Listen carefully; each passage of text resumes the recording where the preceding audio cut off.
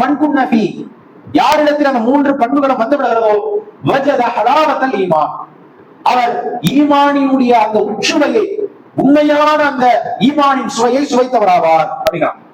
அந்த 3 தன்மை இருந்துட்டா அவர்கிட்ட ஈமானினுடைய உண்மையான சுவை வந்துடும். என்னது? மன்கானல்லாஹு ரசூலம் அஹப்ப இலை மிம்மா சிவாஹுமா, அல்லாஹும் அல்லாஹ்வின் தூதரும் அந்த மனிதருக்கு விருப்பமானவர்களாக இருக்க வேண்டும். எப்படிப்பட்ட விருப்பம்? அந்த இருவர் அல்லாத அனைவரை விடவும் இந்த 2 விருப்பத்துக்குள்ளார்.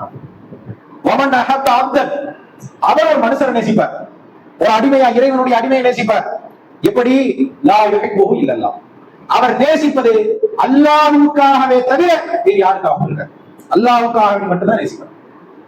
ومن يكره ان يعود في الكفر بعد اذا عقده الله كما يكره ان يلقى في النار. நெருப்பை மூட்டி அந்த நெருப்புக்குள்ள ஒருத்தரை தள்ளி விட்டா அதுக்கு எப்படி ஒரு மனுஷன் பயப்படுவானோ?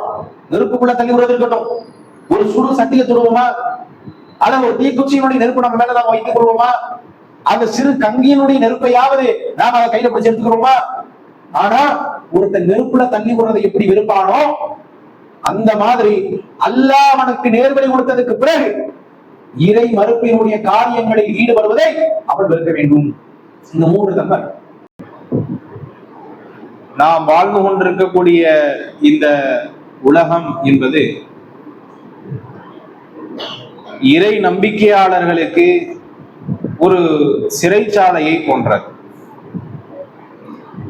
அல்லாஹ்வுடைய தூதர் நபிகள் நாயகம் ஸல்லல்லாஹு அலைஹி வஸல்லம் அவர்கள் சொன்னார்கள், அத்துன்யா சிஜ்னுல் முஃமினீன் வ ஜன்னத்துல் காஃபிரீன். இறைவனை மறந்தவர்களுக்கும் மறுத்தவர்களுக்கும் இது சுவனத்தை போன்றது.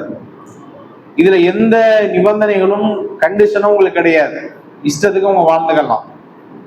ஆனால் இறை நம்பிக்கையாளர்களுக்கு இது ஒரு சிறைச்சாலை. அப்படிப்பட்ட அந்த சிறைச்சாலையில் ஒரு இறை நம்பிக்கையாளன் எப்படி வாழுகிறான் என்பதைத்தான் இறைவன் சோதிக்கின்றான். இந்த உலகத்தை யார் சுவனமாக எடுத்துக் கொள்கிறார்களோ மறுமையில் அவர்கள் படுபயங்கரமான ஒரு சிறைச்சாலையை சந்திக்க வேண்டிய நிலை வரும். இந்த உலகத்தை யார் சிறைச்சாலையாக எடுத்துக் கொள்கிறார்களோ அவர்கள் மறுமையில் இன்பங்கள் மட்டுமே நிறைந்திருக்கிற சுமண சோலைகளை அனுபவிக்கின்ற வாய்ப்பை அல்லாஹ் வழங்குவான். 2க்குமான ஒரு வித்தியாசம் என்ன அப்படின்னா, மறுமையில அல்லாஹ் வழங்குறான இந்த சிறைச்சாலை, அதுல ஒரு மனிதன் எந்த விதமான இன்பங்களையும் சந்திச்சிட முடியாது, எந்த விதமான மகிழ்ச்சியும் பார்த்திட முடியாது. ஏன்? அதற்காக வேண்டி படைக்கப்பட்டிருக்கக்கூடிய காவலர்கள் கூட கடுமையானவர்களாக இருப்பார்கள் என்று அல்லாஹ்வுடைய தூதர் என்ன செய்கிறார்கள் சொல்லி காட்டுகிறார்கள். ரசூலுல்லாஹ்வுக்கு கனவுல ஒரு காட்சி காட்டப்படுகிறது. ஒருத்தர் என்ன செய்யறாரு, நெருப்பை மூட்டி கொண்டிருக்கிறார். அப்படி நெருப்பை மூட்டிக்கிட்டு இருக்கிற அந்த ஆளை பார்த்தா பார்க்கிறதுக்கே ரொம்ப மோசமா கொடூரமா அப்படியே பயங்கரமா இருக்கிறாங்க. அல்லாஹ்வுடைய தூதர் அதை மலக்குகள்கிட்ட கேட்கிறாங்க, அவங்க யாரு அப்படின்னு கேட்கும் பொழுது, அதுதான் ஹாசினுன் நார், நரகத்தினுடைய காவலாளி மாலிக், அவனுடைய தலைமை காவலாளி அப்படிங்கிறாங்க. அப்படிப்பட்ட அந்த கடும் காவலாளிகளை கொண்டு மிக கடுமையான வேதனைகளால் மட்டுமே அங்கு ஒரு மனிதனுக்கான அனைத்து உணவுகளும் அவனுடைய இருப்பிடமும் வழங்கப்படக்கூடிய அந்த நரகம் மோசமானதாக இருக்கும். இந்த உலகத்தை சிறைச்சாலை இறை நம்பிக்கையாளர்களுக்கு அல்லாஹ்வுடைய தூதர் சொல்கிறார்களே, அல்லாஹ் சொல்றான, இப்ப உலகத்தை ஒருத்தன் சிறைச்சாலையா தேர்வு செய்யறதுன்னா என்ன? இங்க அந்த மாதிரி கடுமையான காவலாளிகள் இருப்பாங்களா? தண்டிக்கிறதுக்கு ஆள் இருக்குமா? உடனே அதற்கான தண்டனைகள் நிறைவேற்றப்படுமான்னு கேட்ட கிடையாது. உலகத்தை சிறைச்சாலையாக ஒருவர் எடுத்துக்கொள்வதாக இருந்தால் நரகத்திற்கு மாலிக் என்கின்ற ஒரு மலக்கு காவலாளிகளின் தலைமையாக இருப்பதை போன்று எண்ணற்ற பாதுகாவலர்களை கொண்டு அல்லாஹ் அதை பாதுகாப்பதை போன்று உலகத்துல அது இருக்காது. உலகத்துல யார்தான் காவலாளி, யார்தான் அவரை கட்டுப்படுத்திக் கொள்வது?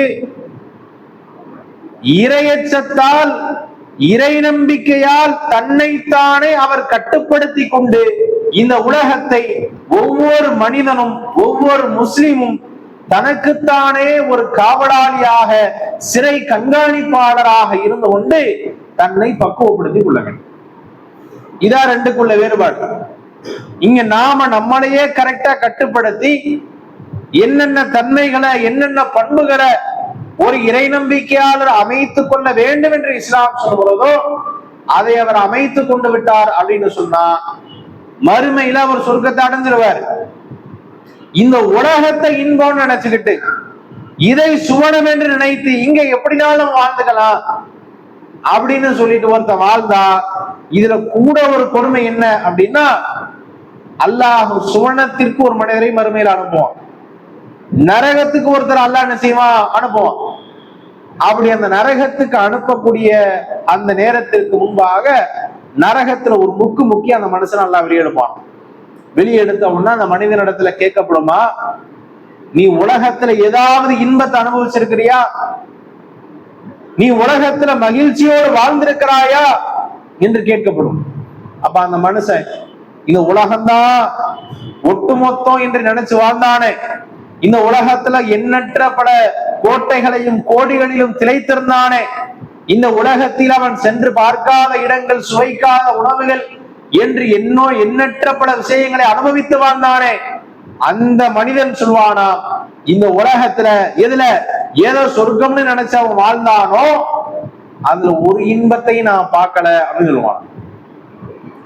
சுவனத்துக்கு அல்லாஹ் ஒரு நல்லடியான அனுப்புறானே, இந்த உலகத்தை தனக்குத்தானே சிறைச்சாலை என்று நினைத்துக் கொண்டு வாழ்ந்தவன், பல துன்பங்களையும் கஷ்டங்களையும் சகித்துக் கொண்டவன், அவன் அல்லாஹ் சொர்க்கத்துல ஒரு முக்கிய எடுத்துட்டு அவங்ககிட்ட கேட்கப்படும், அப்பா நீ உலகத்துல ஏதாவது துன்பத்தை அனுபவிச்சிருக்கிறியா? அவ்வளவு துன்பங்களை அனுபவித்திருப்பான், ஏன் கொலை கூட செய்யப்பட்டிருப்பான், அவனுடைய உடைமைகள் பறிக்கப்பட்டிருக்கும், அவனுடைய சொத்துக்கள் அபகரிக்கப்பட்டிருக்கும், எல்லா விதமான துன்பத்திற்கும் இந்த உலகத்தில் அவன் ஆளாக்கப்பட்டிருந்தாலும் அப்படி எந்த துன்பத்தையும் கஷ்டத்தையும் துயரத்தையும் நான் உலகத்துல பார்த்தது இல்லையே அப்படின்னு சொல்லுவான். என்ன காரணம்? நாம இந்த உலகத்துல ஏன் இந்த அடிப்படையை நாம சொல்றோம் அப்படின்னா, அந்த நரகத்துல மறுமையில அல்லாஹ் அந்த நரகத்தினுடைய சிறைச்சாலையை வழங்குறானே தன்னை மறுத்தவர்களுக்கு, அல்லாஹ் வழங்கிய அந்த வாழ்நாளை வீணடித்தவர்களுக்கு, அவங்களுக்கு குறைஞ்சபட்சம் நரகத்துல வேதனை செய்யப்படும் பொழுது, சரி உலகத்துல 50 வருஷம் ஒரு 60 வருஷம் நம்ம இஷ்டத்துக்கு நினைச்ச மாதிரி வாழ்ந்துட்டோம், தப்பு செஞ்சுட்டோம், அதுக்காகத்தான் நாம இந்த தண்டனை அனுபவிக்கிறோம், அந்த வகையில் கூட அவனுடைய மனதை திருப்தி அடைஞ்சிடக்கூடாது. எப்படி உலகத்துல நம்ம அதை அனுபவிச்சிட்டோமே, இப்படி வாழ்ந்துட்டோமே, அதை பார்த்துட்டோமே, இதை பார்த்துட்டோமே, அப்ப அனுபவிச்சுதானே ஆகணும் நரகத்தை என்று கூட அவனுடைய மனம் என்ன செய்திடக்கூடாது, ஆறுதல் அடைந்து விடக் கூடாது என்கிற அளவுல அல்லாஹ் மறுமையில தண்டிப்பான். சோழவாதிக்கு உலகத்தை ஒருத்தன் கஷ்டமா நினைச்சு வாழ்றான, சிறைச்சாலையை நினைச்சு வாழ்றான, இவனுக்கு என்னத்தான் அல்லாஹ் சொர்க்கத்தை கொடுத்தாலும் இன்பத்தை கொடுத்தாலும் எவ்வளவு கஷ்டப்பட்டு, எவ்வளவு கடுமையாக உழைச்சு, எவ்வளவு கண் விழிச்சு அயர்ந்து, எவ்வளவு நன்மைகளை செய்து, எவ்வளவு சொத்துக்களை இழைந்து, எவ்வளவு அடிவுதைகளை வாங்கி இந்த சொர்க்கத்தை அடைந்திருக்கிறோம் அப்படின்னு கூட அவனுடைய உள்ளத்தில் என்ன செய்யக்கூடாது, ஒரு துன்பம், ஒரு வடு அமைந்து விடக் கூடாது என்பதற்காக அல்லாஹ் அனைத்தையும் என்ன செய்து விடுவான், நன்மைகளாக மாற்றி விடுவான். ஏன்? இறை பாதையில் அவன் சிந்திய ரத்தம் கூட அதே நிலையில் தான் மறுமையில் அவன் வருவான். வெட்டுப்பட்டிருந்தால், குத்துப்பட்டிருந்தால், ரத்தம் பீரிட்ட நிலையில், ஆனால் அங்க வழி கிடையாது. ஏன்?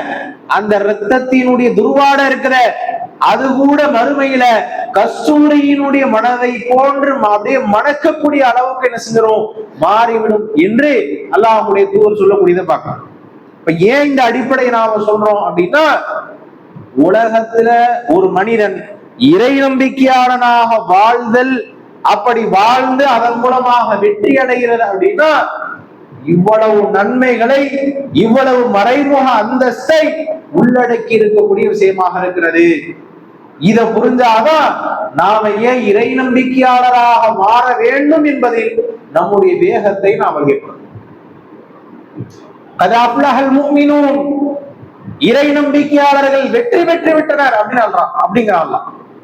வெற்றி பெறுவார்கள் அப்படின்னு இல்ல, வெற்றி பெற்று விட்டார்கள். ஒருத்தன் இறை நம்பிக்கையாளனாக மாறிட்டான் அப்படின்னா அவனுக்கு வெற்றி தான். அவர்கள் யார்? தொழுகையில் அச்சத்தோடும் பேணுதலோடும் இருப்பார்கள், வீணானவற்றை புறக்கணிப்பார்கள், கற்புகளை பேணி வாழ்வார்கள் என்று அல்லாஹ் இறை நம்பிக்கையாளர்களுடைய பண்புகளை பட்டியலிட்டு சொல்கிறான்.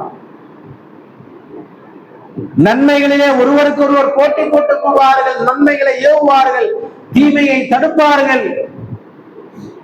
இப்படி பல்வேறு விதமான பண்புகள் இறை நம்பிக்கையாளர்களை குறித்து சொல்லப்படுகிறது. அப்படி சொல்லப்படக்கூடிய அந்த பண்புகளை நாம் கேட்கும் பொழுது அதுல ஏதாவது நம்ம இடத்துல குறையுது அல்லது ஏதோ ஒரு தவறு அதுல இருக்கக்கூடாத ஒண்ணு நம்ம இடத்துல இருக்குது அப்படின்னா அதை மாற்றக்கூடிய தன்மையை இறை நம்பிக்கையாளர்கள் அமைத்துக் கொள்ள வேண்டும். நிறைய பண்புகளை நம்ம சொல்லலாம் தானே, பெரும்பாலும் நம்ம தெரியும் தானே. அல்லாஹ்வுடைய தூதர் சொன்னார்கள், ஈமான் இறை நம்பிக்கை என்பது பல கிளைகளை கொண்டது. அதுல உயர்ந்தது லா இலாஹ இல்லல்லாஹ், அல்லாஹ்வை தவிர வேறு யாரும் இல்லை என்கிற ஏகத்துவ கோட்பாட்டுகளை, அது அதுல உயர்ந்த ஒன்று. அதுல கீழே இருக்கிறது என்ன? இமாதத்து தரீக், பாதையில் கிடக்கக்கூடிய ஒரு கல்லை முள்ளை ஒருவர் அகற்றி போடுகிறாரே, ஒரு இடையூறை, இதுவும் அதில் உள்ள ஒன்றுதான் என்று அல்லாஹ்வுடைய தூதர் சொல்றாங்க. இத்தனை கிளைகள்ல அல்லாஹ்வுடைய தூதர் சொன்னார்கள், மன் கான யுமினு பில்லாஹி வல் யௌமில் ஆகிர் ஃபல்யுக்ரிம் வைஃபஹு, யார் அல்லாஹ்வை மறுமை நாளை நம்பிக்கை கொள்கிறாரோ, முஃமினாக இருக்கிறாரோ, விருந்தாளியை உபசரிக்கட்டும்.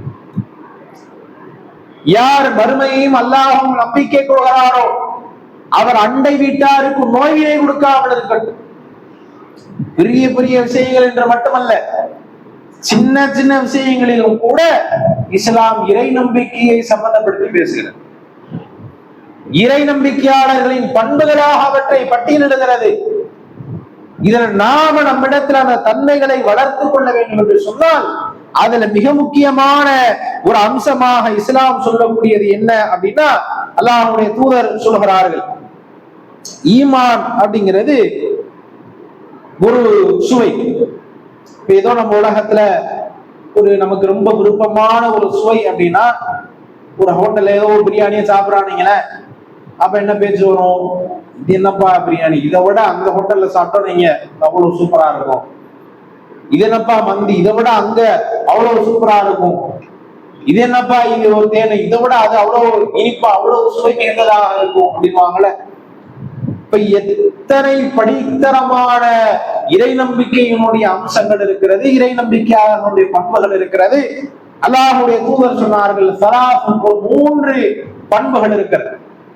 மன்குன்ன ஃபீ, யாரிடத்தில் அந்த 3 பண்புகளும் வந்து விடுகிறதோ வஜத ஹலாவத்தல் ஈமான், அவர் ஈமானினுடைய அந்த உச்சுவையை, உண்மையான அந்த ஈமானின் சுவையை சுவைத்தவராவார் அப்படிங்கிறான். அந்த 3 தன்மை இருந்துட்டா அவர்கிட்ட ஈமானினுடைய உண்மையான சுவை வந்துடும். என்னது? மன்கான் அல்லாஹ் வ ரசூலும் அஹப்ப இலை மிம்மா சிவாஹுமா, அல்லாஹும் அல்லாஹ்வின் தூதரும் அந்த மனிதருக்கு விருப்பமானவர்களாக இருக்க வேண்டும். எப்படிப்பட்ட விருப்பம்? அந்த இருவர் அல்லாத அனைவரை விடவும் இந்த 2 பேரும் விருப்பத்துக்குள்ளாக. அவர் ஒரு மனுஷரை நேசிப்பார், ஒரு அடிமையா இறைவனுடைய அடிமையை நேசிப்பார். எப்படி?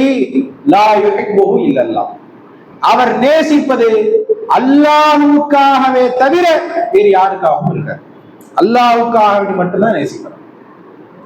ومن يكره أن يعود في الكفر بعد إذا عقده الله كما يكره أن يلقى في النار, நெருப்பை மூட்டி அந்த நெருப்புக்குள்ள ஒருத்தனை தள்ளி விட்டா அதுக்கு எப்படி ஒரு மனுஷன் பயப்படுவானோ? நெருப்புக்குள்ள தள்ளி விடுறது இருக்கட்டும், ஒரு சுடு சட்டியை தொடுவோமா? அல்ல ஒரு தீக்குச்சியினுடைய நெருப்பு நம்ம மேல நாம வைத்துக் கொள்வோமா? அந்த சிறு கங்கியினுடைய நெருப்பையாவது நாம அதை கையில பிடிச்சு எடுத்துக்கிறோமா? ஆனா ஒருத்தன் நெருப்புல தள்ளி விடுறதை எப்படி வெறுப்பானோ அந்த மாதிரி அல்லாஹ் அவனுக்கு நேர்வழி கொடுத்ததுக்கு பிறகு இறை மறுப்பினுடைய காரியங்களில் ஈடுபடுவதை அவன் வெறுக்க வேண்டும். இந்த 3 தன்மை. முதல் தன்மை என்ன? அல்லாஹ்வை ரசூலை ஒருத்தர் நேசிக்கணும். எப்படி நேசிப்பான்? எல்லாவற்றையும் விட அந்த இருவரை அதிகமாக நேசிப்பான். அப்படி நாம நேசிக்கிறோமா? யார் ஒரு மனிதன் இந்த உலகத்துல யாரை அதிகமாக நேசிக்கின்றானோ அவர்களுக்காக எதையும் செய்வோம். குடும்பத்தாருக்கு, தன் மனைவிக்காகவும் தன் பிள்ளைகளுக்காகவும் அவங்களுடைய வாழ்க்கைக்காகவும் ஒட்டுமொத்த வாழ்க்கையை போய் இழந்தாலும் சரின்னு சொல்லிட்டு வெளிநாட்டுல போய் பல ஆண்டு காலங்கள் கஷ்டப்பட்டு சம்பாதிக்கிறான ஒரு மனுஷன் தன்னுடைய கணவருக்காகவும் தன் பிள்ளைகளுக்காகவும், ஒரு பெண் எத்தனையோ ஆசாபாசங்கள் இன்பங்கள் இருந்தால் அதையெல்லாம் தூக்கி ஒதுக்கி வச்சுட்டு வீட்டுக்குள்ளேயே அந்த பிள்ளைகளை வளர்ப்பதற்கும் அவர்களுக்கு தேவையான விஷயங்களை பணிவிடைகளை செய்வதற்கும் தன்னுடைய வாழ்நாளையே செலவிடுகிறாளே. இதெல்லாம் எதற்கு?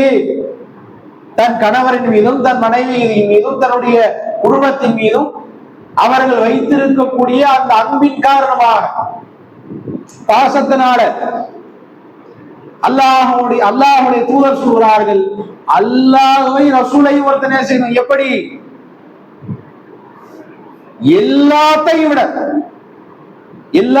நேசிச்சா யாருக்காகவும் அந்த இருவர் விதித்த விதிமுறைகளை ஒருவன் மீறி நடக்க மாட்டான். இறைவனுடைய பொருத்த நமக்கு வேண்டுமா? நாளை மறுமையில் சுவனவாதிகளுக்கு சுவனம் கொடுக்கப்பட்டதற்கு பிறகு, சுவனத்தின் இன்பங்களை எல்லாம் அவர்கள் அனுபவித்ததற்கு பிறகு அல்லாஹ் கேட்பான், சுவனவாதிகளே உங்களுக்கு வேற எதுவும் வேண்டுமா அப்படின்னு. அப்ப அவர்கள் சொல்லுவார்களாம், இறைவா உங்களுக்கு என்னென்னமோ கொடுத்திருக்கிற, சொர்க்கத்தை தந்திருக்கிற, எண்ணற்ற மாளிகைகளை கொடுத்திருக்கிற, எத்தனையோ வசதிகளை ஏற்படுத்தி தந்திருக்கிற, இதுக்கு மேல எங்களுக்கு என்ன வேணும் போதும் அப்படின்னு வாங்கலாம். அப்ப அல்லாஹ் சொல்லுவானா, இதையெல்லாம் விட பிரம்மாண்டமானதை, இதையெல்லாம் விட மகத்துவமான ஒன்றை நான் தரட்டுமா? என்னுடைய பொருத்தம், என்னுடைய அன்பு, என்னுடைய காதல், அதை நான் உங்களுக்கு வழங்குகிறேன். நான் உங்களை புரிந்து கொள்கிறேன். இதுக்கப்புறம் உங்க மேல நான் கோபப்படவே மாட்டேன், உங்களை நான் வெறுக்கவே மாட்டேன், உங்கள் மீது எனக்கு அதிருப்தியே வராது என்று படைத்த இறைவன் சுவனவாதிகளை பார்த்து சொல்வானே, அந்த இறை நம்பிக்கையாளராக நாம் மாற வேண்டும் என்று சொன்னால், அந்நபியு அவுலா பில் முஃமினீன மின் அன்ஃபுஸிஹிம், அல்லாஹ் சொல்றான், இதோ இந்த நபி, இந்த இறை தூதர் இறை நம்பிக்கையாளர்களுக்கு அவர்களின் உயிரை காட்டிலும் நெருக்கமானவராக இருக்க வேண்டும். அல்லாஹ்வின் தூதர் சொன்னார்கள், லா யுமினு அஹதுக்கும் ஹத்தா அகூன அஹப்ப இலைஹி மின் வாலிதிஹி வ வலதிஹி வன் நாஸ். உங்கள் ஒருவர் இறை நம்பிக்கை கொள்ளவே முடியாது இதுவரைக்கும் தன் பிள்ளைகளை விட, தன் தாய் தகப்பனாரை விட, தன் உயிரை காட்டிலும் என்னை அவர் நேசிக்காதவரை, என்னை அவர் விரும்பாதவரை இறை நம்பிக்கை கொண்டவராக முடியாது என்று அல்லாஹ்வுடைய தூதர் சொல்கிறார்களே. இதை கேட்கறதுக்கு நாம் அல்லாஹ்வை ரசூலை நேசிக்கிறோம் சொல்லிடலாம். இந்த மாதிரி நேசிக்கிறோமா? அப்படி நாம் நேசிக்கின்றோம் என்றால் தொழுகைகள் அலட்சியமா இருக்குமா? நன்மைகளை செய்வதில் போட்டி போடாமல் இருப்போமா? தான தர்மங்கள்ல அசட்டையாக அதுல கஞ்சத்தனம் செய்து கொண்டிருப்போமா? அல்லாஹ்வையும் ரசூலையும் நேசிக்கின்றேன் என்று உண்மையிலேயே உளமாற ஒருவர் நம்புவார் என்றால், இந்த உலகத்தின் அற்ப இன்பங்களும் இந்த உலகத்தினுடைய அற்ப வாழ்க்கையும் அவரை மடைமாற்றம் செய்யுமா? சொந்த பந்தங்களுக்காக, நட்புகளுக்காக, தன்னுடைய குடும்ப உறவுகளுக்காக மார்க்க நிபந்தனைகளை, மார்க்க சட்டதிட்டங்களை அவர்கள் ஒதுக்கி வைப்பார்களா? இந்த விஷயம் தானே அப்படின்னு அசத்த போக்கு வருமா? அப்ப அந்த மாதிரி நேசிக்கக்கூடிய தன்மையை நாம் அடைந்திருக்கிறோமா? அடுத்த கண்டிஷன், அல்லாஹ் ஒரு மனுஷனை நேசிப்பாருங்க. ஒரு அடியாரை நேசிப்பார். அந்த அடியார் யாரு? மனைவியா இருக்கலாம், பிள்ளைகளா இருக்கலாம், தாயா இருக்கலாம், தகப்பனா இருக்கலாம், நண்பரா, யார நேசிப்பார்? இதுக்காக. யாருக்காக? லா யுஹிப்புஹு இல்லா லில்லாஹ், அல்லாஹ்வுக்காக மட்டும் நேசிப்பார். வேற யாருக்காக நேசிக்க மாட்டார். தாயை நேசிக்கிறது எப்படி அல்லாஹ் நேசிப்பாரு? அல்லாஹ் சொல்வதனால் தாயை நேசிக்கிறார். தகப்பனை நேசிக்கிறது அல்லாஹ்வுக்காக வேண்டி. சஹாபாக்கள் கேட்கிறாங்களே, அல்லாஹ்வுடைய தூதரே, ஒரு மனிதர் தன்னுடைய மனைவிக்கு ஊட்டிவிடக்கூடிய உணவு எப்படி தர்மமாகும் அப்படிங்கிறான். ரசூலுல்லாஹ் சொல்றாங்க, ஒரு மனிதன் தன் மனைவிக்கு ஊட்டிவிடக்கூடிய ஒரு கவல உணவு இருக்கிறது தர்மம் அப்படிங்கிறான். தான் மனைவிக்கு அன்போட காதலோட கணவர் ஊட்டி விடுறாரு, அது தர்மமா? சஹாபாக்கள் கேட்கிறாங்க.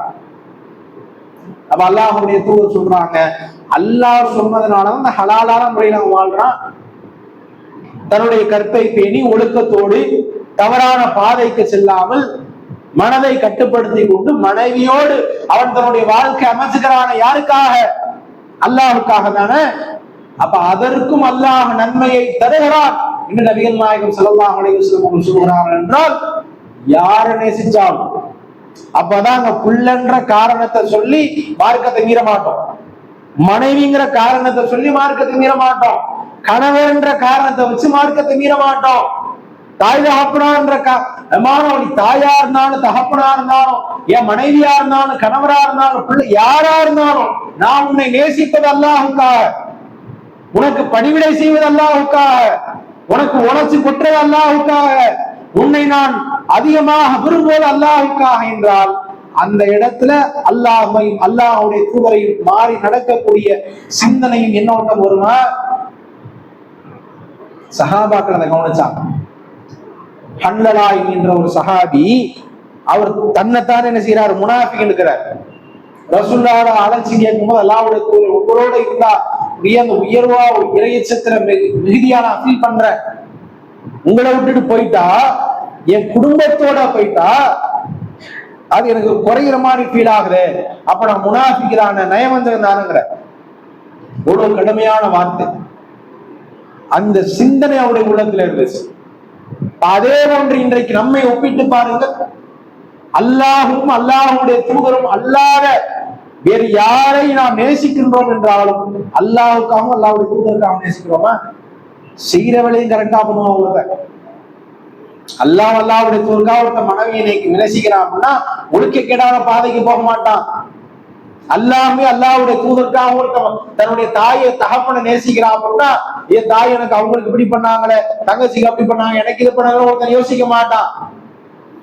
ஏற்றத்தாழ்வுகளை அவன் கவனிக்க மாட்டான். ஏன் தாய் ஏன் பணிவிட செய்யற? அல்லாஹுக்காக வேண்டி பணிவிட செய்ய.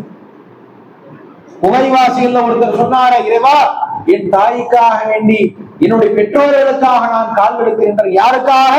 உனக்காக அப்படிங்கிறான். அல்லாஹ்வுடைய உதவி கிடைக்கிறது.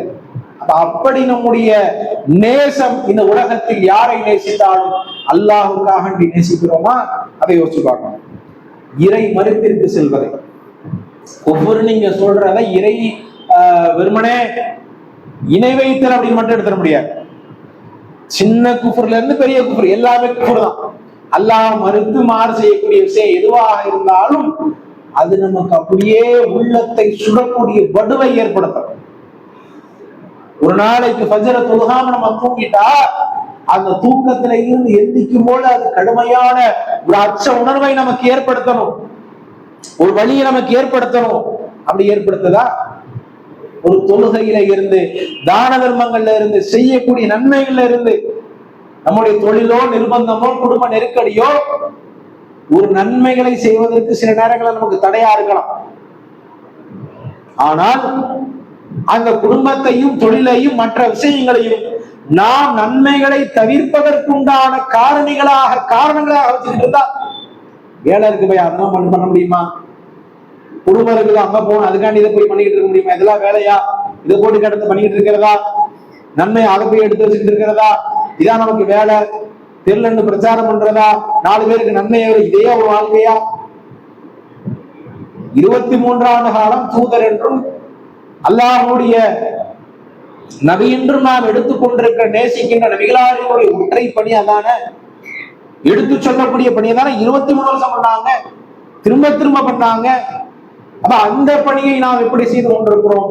இப்படி எதெல்லாம் இறை நம்பிக்கையாளர்களுடைய பணிகள் என்று சொல்லப்படுகிறதோ அதில் நாம் எந்த அளவிற்கு தீர்க்கமானவர்களாக இருக்கிறோம் இதையெல்லாம் யோசித்து பார்த்து நாம் இறை நம்பிக்கையை வெறுமனே பெயரளவுல ஒன்னை எடுத்துக்கிட்டு ஒண்ணு விடுறதில்லை, அவனுடைய அத்தனை அம்சங்களையும் சுவைக்கக்கூடியவர்களாக, ஈமானினுடைய உண்மையான சுவையை அனுபவிக்கக்கூடிய ஒரு இறை நம்பிக்கையாளர்களாக நாம் இருக்க வேண்டும். அப்படிப்பட்ட நன்மக்களாக அல்லாஹ் யாக்களுடைய பாடங்களை பிரார்த்தித்து இந்த முதல் உரையில் சொல்கிறேன். அஸ்ஸலாமு அலைக்கும்.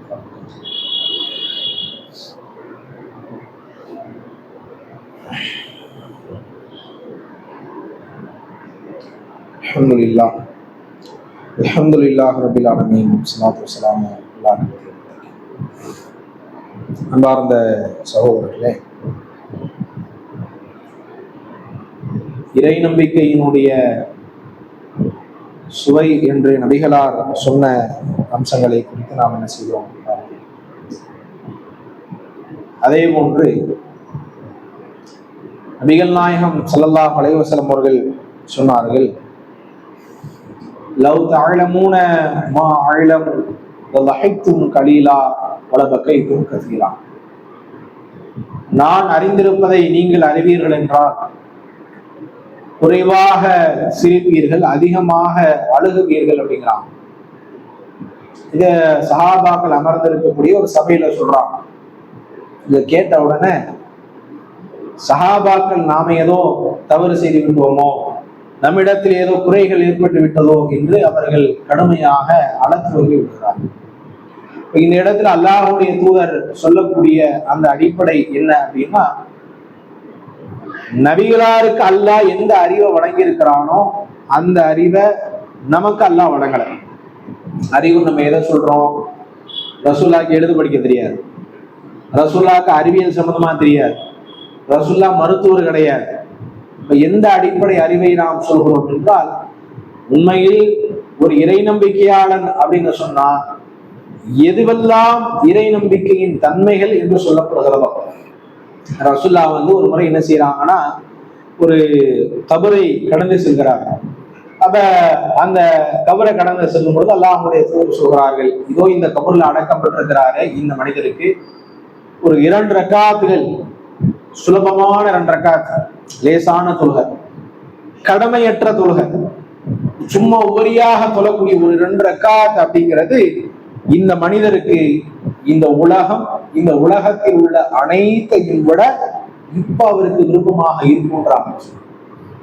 எப்போ ஒரு மனுஷன் மௌத்தா போனதுக்கு அப்புறம் மண்ணறையில இருக்கக்கூடிய அந்த மனுஷனுக்கு தோணுமா, 2 ரக்காத் நம்ம தொழுதிருக்க கூடாதா? எதை? கடமையான தொழுகை இல்லை, கடமையான தொழுகையில தொழுது, சுண்ணத்தான தொழுகையில உபரியா ஒரு 2 ரக்காத் நம்ம தொழுதிருக்க கூடாதா? எவ்வளவு நேரம் இருந்துச்சு, நம்ம எப்படி தூங்கிக்கிட்டு இருந்தோம், எப்படி உழைச்சுக்கிட்டு இருந்தோம், சாப்பிட்டுக்கிட்டு இருந்தோம், எவ்வளவு வாழ்க்கையை வாழ்ந்துகிட்டு இருந்தோம், நண்பர்களோடு பேசிக்கிட்டு இருந்தோம். அந்த நேரத்தில் ஒரு 2 ரக்காத் தொழுதிருக்க கூடாதா? கலிமத்தான் ஹஃபீஃபத்தான், லேசான 2 வார்த்தை நாவிற்கு, ஆனால் கணத்தால் நன்மையின் எடையால் மறுமையில் பிரம்மாண்டமாக இருக்கும் என்று அல்லாஹ்வின் தூதர் சொல்கிறார்களே. சுப்ஹானல்லாஹி வ பிஹம்திஹி சுப்ஹான ரப்பில் அஸீம். இந்த வார்த்தையை உதித்திருக்க கூடாதா என்று மறுமையில் ஒரு மனிதனுக்கு தோன்றும். அல்லாஹ்வுடைய தூதர் சொல்கிறார்களே, தொழுகையில் முதல் வரிசையில் உள்ள நன்மையை மக்கள் விளங்குவார்கள் என்றால் தவழ்ந்தாயினும் பள்ளிக்கு வந்துருவாங்க. நடக்க முடியல, நொண்டிக்கிட்டு தவழ்ந்துகிட்டாவது ஒருத்தங்க செஞ்சிருவான், பள்ளிக்கு வந்துருவான். எப்போ? அதுல உள்ள நன்மையை தெரிஞ்சால், அதுல இருக்கக்கூடிய மகத்துவத்தை அவன் அறிந்தால், மண்ணறையில் என்ன நடக்கிறது என்பதை மனிதர்களை தவிர அத்தனை ஜீவராசிகளும் அதை கேட்டுக் கொண்டிருக்கிறது. நான் உங்களுக்கு கேட்க வைக்க வேண்டும் என்று ஆசைப்பட்டேன். ஒருவேளை நீங்கள் அதை அறிந்தால் உங்களில் யாரும் உங்களில் இறந்தவரினுடைய அந்த ஜனாசாவிற்கு அருகாமையில் நெருங்கி கூட செல்ல மாட்டேன்.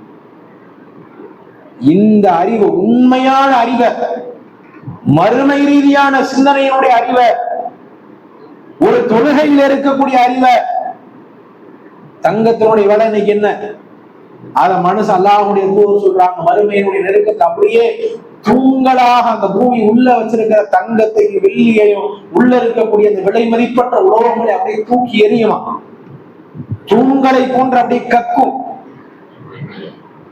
இதுக்காவாடா இவ்வளவு கஷ்டப்பட்ட? ஒரு பவுனுடைய விலை என்ன, ஒரு சவரனுடைய விலை என்ன, ஒரு இடத்தினுடைய மதிப்பு என்ன என்று யோசிக்கிறோமே. இந்த இடத்துக்காகவா, இந்த தங்கத்துக்காகவா, இந்த இன்பத்திற்காகவா என் வாழ்க்கையை பூரா நான் ஆசைப்படுத்தினேன் என்று மனிதன் யோசிப்பான். அந்த அறிவெல்லாம் நமக்கு கொடுத்திருந்தா ஒரு ஆளை வீட்டுக்கு அனுப்ப முடியாது, பள்ளிகள் பத்தாது, அல்லாத ஒரு சோதனையா என்ன செய்யறான் வச்சிருக்கான். அந்த அறிவை கொடுக்கல நமக்கு. அதை கொடுத்திருந்தா தங்கத்துக்காகவும் இந்த உலகத்தினுடைய அற்ப வாழ்க்கைக்காகவும் காலமுள்ள வெளிநாட்டுல போய் கஷ்டப்பட்டு ஒரு வீட்டை கட்டி ஒரு மொத்தா போறான அந்த மனுஷன் இந்த மறுமையினுடைய நன்மையை, தொழுகையினுடைய நன்மையை, சுபஹானல்லாஹ்ன்ற அந்த வார்த்தையினுடைய நன்மையை அல்லாஹ் விளங்கப்படுத்தி கொடுத்திருந்தால் பள்ளிகளை விட்டும் நன்மைகளை செய்யக்கூடிய களத்தை விட்டும் என்னவானாலும் சரி அதை உறுதிப்பாங்க. அப்படி அதெல்லாம் அல்ல, அந்த அறிவை நாம் பெற்றுக்கொள்ள முடியாது.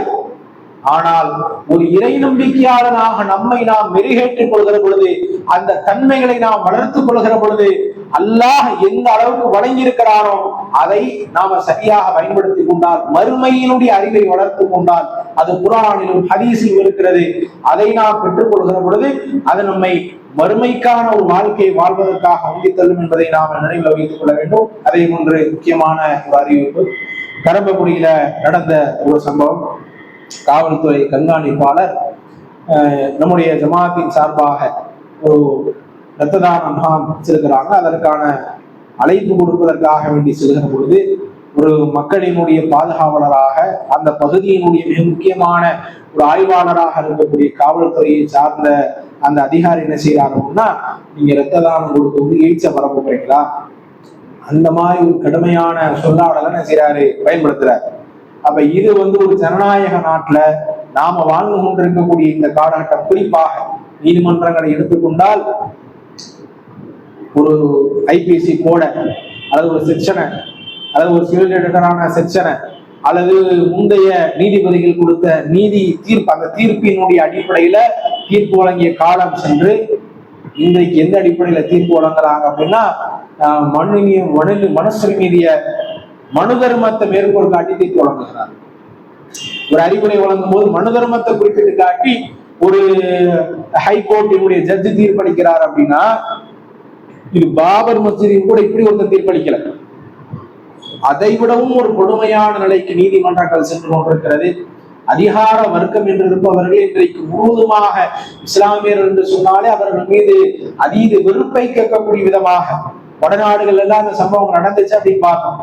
இன்றைக்கு அது நம்மளுடைய பகுதிகளிலே அந்த விஷத்தன்மைகள் பரவி கொண்டிருக்கிறதோ அப்படிங்கிறத நாம உணரக்கூடிய சூழ்நிலையில இதை கடுமையாக கண்டிக்க வேண்டிய பொறுப்பு இருக்கிறது. அல்லாஹ்வின் தூதர் சொன்னார்கள், அஃலமுல் ஜிஹாத், சிறந்த ஜிஹாத் அப்படிங்கிறது கலிமத்து ஹக்கின் இந்த சுல்தானின் ஜாகிர், ஒரு அநியாயக்காரனான ஆட்சியாளர்களிடத்துல சத்தியத்தை எடுத்துரைப்புதான் அப்படின்னு. அப்ப இது ஒரு அமைப்பு ரீதியாக ஒரு இயக்கம் அப்படிங்கிற சார்பா போய் அழைப்புன்னு கொடுக்க போறாங்க, சிறப்பு அழைப்பாளராக பங்கு கொள்றதுக்கு ஒரு அழைப்புன்னு கொடுக்க போறாங்க. அங்க எந்த பிரச்சனையும் இல்லை, எந்த பேச்சுவார்த்தையும் இல்லை, அவர் கோபப்படுறதுக்கான எந்த சூழ்நிலையும் இல்லை. இது போன்ற தடித்த வார்த்தைகளை, கடினமான சொற்களை அவங்க பயன்படுத்துறாங்க அப்படின்னா, ஒரு சாதாரண உரிமைக்காக ஒரு முஸ்லிம் இருந்தா, இரண்டு வெவ்வேறு சமூகத்தை சார்ந்தவர்களுடைய பிரச்சனைகளுக்கு அங்க போய் முஸ்லிம் இருந்தா, காவல்துறை தனக்கான பாதுகாப்பை வழங்குகின்ற அந்த நம்பிக்கை எப்படி வரும்? அவங்களுக்கு எவ்வளவு ஒரு மோசமான அபிப்பிராயங்களை கொண்ட அதிகாரிகளாக, ஒரு சின்ன ஒரு போலீஸோ சாதாரண ஆள கிடையாது, ஒரு மிக முக்கியமான அந்த ஸ்டேஷனுடைய ஒரு உயரதிகாரியாக இருக்கிறார். அவருடைய உள்ளத்துல இப்படிப்பட்ட ஒரு வஞ்சகத்தன்மை இருக்குதுன்னா, இதை கண்டிப்பாக நாம வாழக்கூடிய அந்த பகுதியில் ஏதோ ஒரு ஒரு கிராமத்தில் நடந்துச்சுன்றதை நம்ம அவ்வளவு அசட்டையாக எடுத்துக்க முடியாது. அதை கண்டிப்பாக நாம் என்ன செய்யணும், நமக்கு இருக்கக்கூடிய ஜனநாயக உரிமையின் அடிப்படையில ஒரு ஆர்ப்பாட்ட களத்தின் மூலமாகத்தான் இந்த சப்தத்தை ஆட்சியாளர்களுக்கு கொண்டு போய் சேர்க்க முடியும். இதை பிற அதிகாரிகளுக்கு உண்டான எச்சரிக்கையாக நம்ம கொண்டு போய் சேர்க்க முடியும். இந்த ஒரு கடுமையான நடவடிக்கை எடுக்கும் பொழுதுதான், அந்த அதிகாரியை சஸ்பெண்ட் பண்ணும் போதுதான், அவர் மீது துறை ரீதியான ஒரு நடவடிக்கை எடுக்கும் பொழுதுதான் மற்ற அதிகாரிகளுக்கு அந்த அச்சம் ஒன்று வரும். ஆனா இப்படி ஒரு அதிகாரி மேலேயே நடவடிக்கை எடுத்திருக்கிறாங்க, அப்ப நம்ம பேசக்கூடிய வார்த்தைகள், எடுக்கக்கூடிய ஆக்ஷன்ஸ் ஒவ்வொன்றையும் கவனமா இருக்கணும்ன்ற அந்த ஒரு கவனிப்பு அவங்களுக்கு ஒரு அச்சம் வரும். அவர்களுடைய பணியை சரியான முறையில ஜனநாயக வழியில உணர்ந்து செய்ய வேண்டும் என்று சொன்னால் நம்முடைய எதிர்ப்பை முறையான அடிப்படையில பதிவு செய்ய வேண்டிய தேவை இருக்கிறது. அந்த எதிர்ப்பு அப்படிங்கிறது, ஆர்ப்பாட்ட களம் அப்படிங்கிறது அதனுடைய தொகையை வச்சுதான் கணக்கிடப்படும். 50 பேர் ஓரமா இருந்து கத்திட்டு போனாங்கன்னா அது ஒரு பெருசா பேச்சு பொருளாகாது. அது 500 ஆனா அது அதுக்கு ஒரு வெயிட்டேஜ் இருக்குது. 1000 ஆனா அதுக்கு ஒரு வெயிட் இருக்குது.